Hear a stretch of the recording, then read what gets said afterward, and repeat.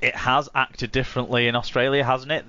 There isn't the same level of spread and growth in cases and things like that in Australia. So maybe it'd be different. I mean, does anyone see this as realistic that the NRL gets underway again? That sort of last weekend of May, first weekend of June. Tim? I'd be surprised. It seems very quick. I know they're more controlled because there's less of them in a bigger space. But last in, first out of the regulation's weird. Yeah, it's a bit odd. Carson, I assume you're chomping at the bit for this to have had to happen, though. Yes and no. I don't think it's possible. You would have to isolate the players, and that would be isolating around 500 people, and I don't see this happening quite easy. Yeah, I mean, there was that sort of plan, wasn't there, of putting them all up in effectively a holiday camp, and I don't know where they'd play all the games if they were in the holiday camp, but yeah. Well, I think there was one plan I saw was sending them by boat, so putting an island off the Queensland coast, and then they'd boat into either Redcliffe or Suncorp. Was this what you saw during the last week, maybe last Wednesday, Tim? It could have been last Wednesday, yeah. But the problem with rugby league is you can never tell what's an April Fool and what's not, because we've had so many mistakes. I mean, yeah, I'm sure the margin meter was announced on April the 1st, but that still carried on. Do you know, watching some of the old games recently, it reminded me of the try tracker as well. Do you remember when they used to show like that graphic of when all the tackles happened? I actually quite like that one. Yeah, and the one I realised that from the old Challenge Cup finals was where they showed the angle and the distance for the kicks. Oh yeah. 6th of April, Sarah. Finish it off with the news that we read today. Oh wait, no, yeah, I didn't put that in your rundown. Did I? I didn't put that in your rundown. No, you haven't given. I only put it in today. Hull KR owner Neil Hudgell confirmed that his club have furloughed the majority of its players due to the coronavirus pandemic. You can bring us the other news story then, Sarah, outside of coronavirus. Well, yeah. Wait, Joshua. Sorry. Joshua's come up and written me a letter with like a yes and no option. So in other news, the NRL has deregistered Canterbury players Jaden Okumbo and Corey Hawara-Naera following a breach of the competition's code of conduct. The Bulldogs duo have been sacked by the club as a result after an investigation into their behaviour during a pre-season trip in February when they took 2 high school girls back to the team's hotel. They will not face charges as the girls were over the age of consent. However, they were found to have made serious breaches to the NRL's code of conduct. Has Joshua just written another question for you that you don't want to answer as well? What's the age of conduct? No, he hasn't. He had to write a letter to the neighbours yesterday and put it through their door, apologising for kicking the ball over and asking if he could have it back. Because you're not allowed to knock on the door anymore, are you, and speak to your neighbours?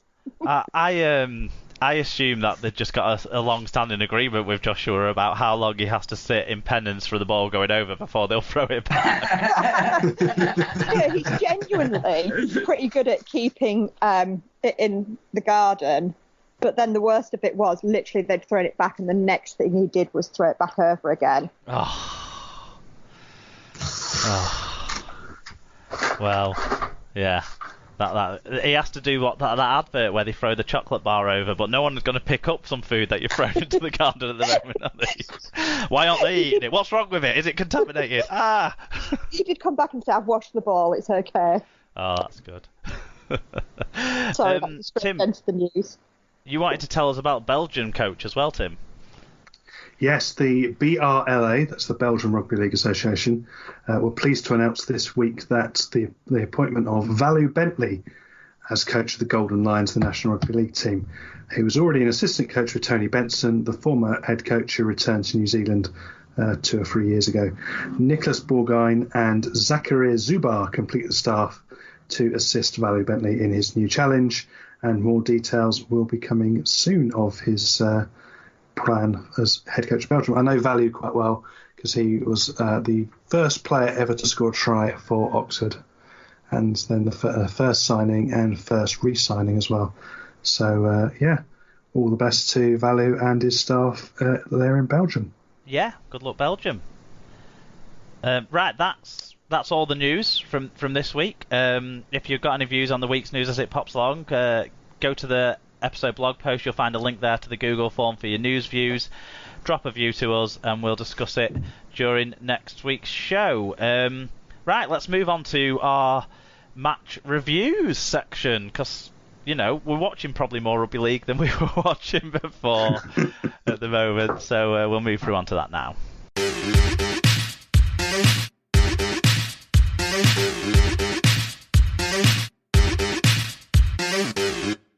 Right, match reviews time then. Obviously there's the 2 games a week that the Super League are putting out there, our league are putting out games, the BBC had some coverage, and then all of your clubs will be putting out their own footage as well across YouTube or Club TV channels. Leeds seem to be going bananas. There seems to be a new game from Leeds every 10 minutes when I turn on YouTube. I don't subscribe to their YouTube channel, but most clubs are... I don't know if clubs are putting out like highlight videos as well as full games, or is it all full games?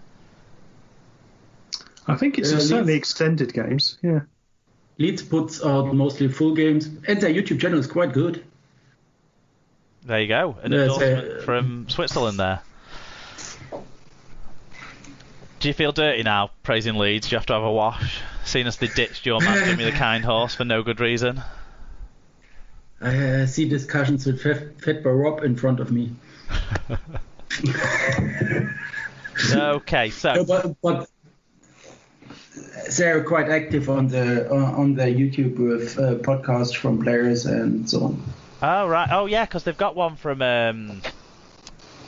all this bloody new competition, I tell you. Brad Dwyer's doing one, isn't he? Yeah, he is doing one. The former women's coach is doing one. 3 different podcasts on now, and heaps of games every second day. Nothing. So the SL Rewind game started on Thursday night with a look back to, was it last season, this game, or the season before? I can't remember. Sarah. Last season. Last season's game, Catalans hosting Hull FC, where it was an exciting comeback from Hull FC in this game. So 2 people got in touch on this. Paige said, I love watching this match. Looking back on the team we put out, all everyone could see was a loss. But the boys pulled together and Snade's golden boot saves the day. He seems to do that a lot. Having these matches is making lockdown a bit easier. I can't wait for tomorrow's, haha, smiley face. And always in our shadow said, well, Big Sam and Ratboy has it won, says the Catalans Twitter feed. Fuck that, says Sneed. 4 kicks later and it's all points in the bag with a very makeshift side. Sarah, we remember this one for having young players like finally being forced to be played by Lee Radford, wasn't it? Yeah, Connor Wynn, Jack Brown. Both scoring tries. Yeah, and Connor Wynn showing that he wasn't scared of anyone. But no, it was quite an incredible match. And, I know you say about, Hull coming back, but actually at one point we were well up. Yeah. We were... started well, finished well. Yeah. It doesn't matter how many times you watch it, it's still incredible Sneed's skill in forcing that penalty, kicking the penalty, and then the kick-off to force the scrum. And that's before we even talk about the drop goal. Yeah, he's got a great boot on him. That's fair to say. The other thing that stands out for me from this game is I remember at the time we talked about, maybe it's a turning point. Maybe Lee Radford might trust the young players. Yeah, that was never going to happen, was it? It was another example of what he could do in one-off matches, motivating a team, I thought. Yep. And then how Sneed in those one-off matches actually becomes really significant in controlling things for that team. Yeah, I wonder as well whether, like, because it was the young kid, Mead was allowed to control the match more. He was given more leadership, because I actually think he should be the captain, either him or Josh Jones, to be honest, because they are the talkers on the field. Yeah. And I think in a match like that, where there were so many young kids, they were listening to him, and he was able to take that role. Yeah, well, it definitely, yeah. It was. I'm sure we'll probably talk a little bit more about Snide later on when we talk about halfbacks. But the Friday night game was another Golden Point affair. So, Tim, do you want to take us through the fan review we had on Friday night's SL Rewind game? No. It comes in from always in our shadow. It was Hull KO against Salford, the £1 million game of note. And always in our shadow said, Benjamin Franklin said the only certainties in life are death and taxes. He could have added, and KR fucking it up. Fair point. Why the hell didn't they hold Evalds down on the last tackle, give them time to get set defensively? They missed so many chances to wrap it up. I have forgot what of a dog turd player Dane Tilse was.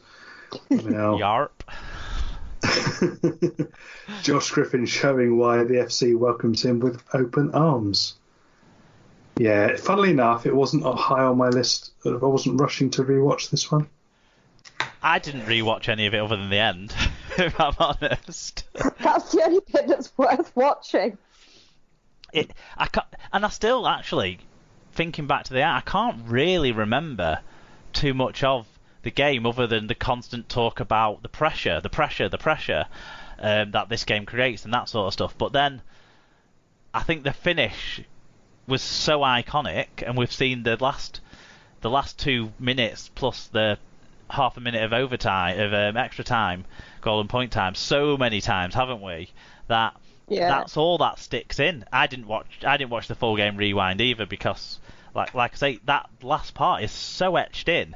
I mean, one of the best drop goals that we've ever seen in reality. I mean, kicking to the open end of the wind tunnel from his own half, pretty much. It was a fantastic drop goal. Talking about kicking skill, Sarah, that was up there with anything Sneed's done, isn't it? Yeah. Definitely. It was a moment of brilliance. Dad was actually at work on that day, and it got to... I think it got... Did it get... I don't know whether it... I think it must have just been when it was Golden Point, and I rang him to tell him what was happening. And he was like, "Oh, let me just put down this dress in here that I'm putting on this child who's come into my A&E ward, because I need to find out if OKR have got relegated."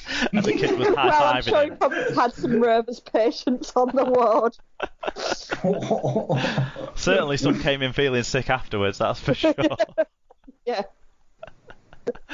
Sarah, what about the game that speaking of your dad's rewatched an old cup game this week, so what did he get in touch about? Yeah, the St Helens against the Challenge Cup match in 2016. And he got in touch and said, missing Manu and Pritchard away on international duty. A slow start saw Saints score early on before the whole pack gradually got on top. Herculean efforts by Taylor and Houghton, scooting in a manner not seen much in the past 2 years, sent us in at half-time with a slight lead. Second half started much as the first, with Baldy Walsh scoring early until FC regained ascendancy. Talanoa getting through work until FC finished rampant in the sun. So, this wasn't the semi-final, was it? This was the game away at Saints that kind of started that cup run when... When I think no one was really expecting you to go and do this in that game, and you won quite convincingly in the end, didn't you? Yeah, it was pretty convincing in the end. Sadly, Joshua and I weren't there. We were watching it on the telly. But it was a really, really hot day. Dad had gone on the coach to get there. But yeah, so we saw it on the television. But yeah, it was when the players had told Manu and Pritchard had told the players